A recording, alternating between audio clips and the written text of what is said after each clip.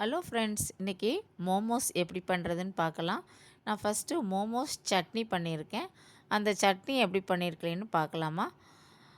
நான் கொஞ்சம் 6 மிளகா, ஒரு தக்காளி பழம், பெரிய தக்காளி பழம் 1, அதை நல்லா ஃபஸ்ட்டு வேக வச்சுக்கிறேன்.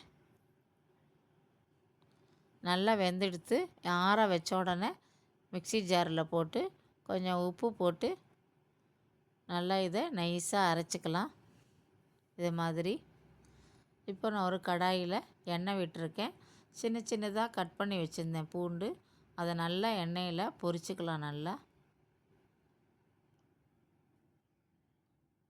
இந்த பூண்டெல்லாம் நல்லா பொரிஞ்செடுத்து இப்போ அரைச்சி வைக்கிறத எடுத்து ஊற்றிக்கலாம். அதில்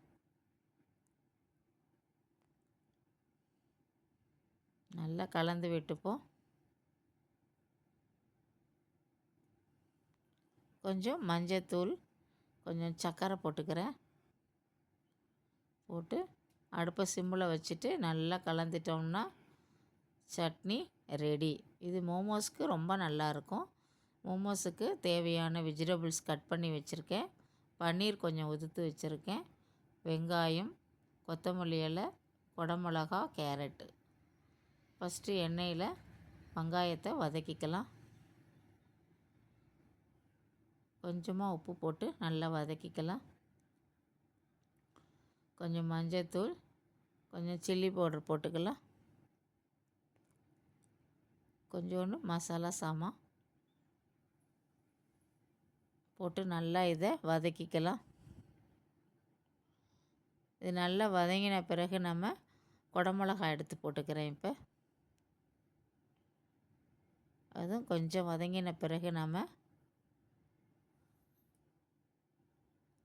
கேரட் எடுத்து போட்டுக்கலாம்.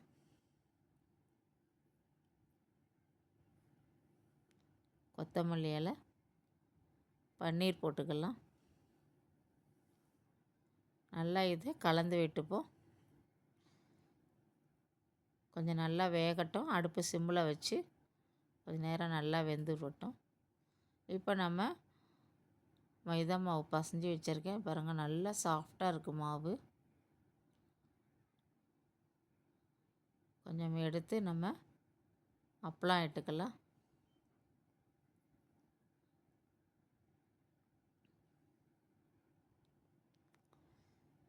இப்போ அந்த பூரணத்தை எடுத்து வச்சுக்கலாம். அதில்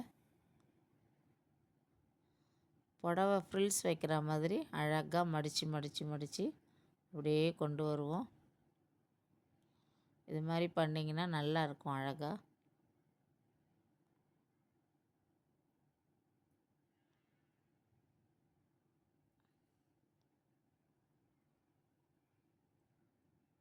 இது மாதிரி நம்ம மடிச்சுப்போம். இந்த மாதிரி ஃப்ரில்ஸாக மடித்து வச்சிங்கன்னா நல்லாயிருக்கும். வெளியில் எதுவும் வராது, நல்லாயிருக்கும் அழகாக.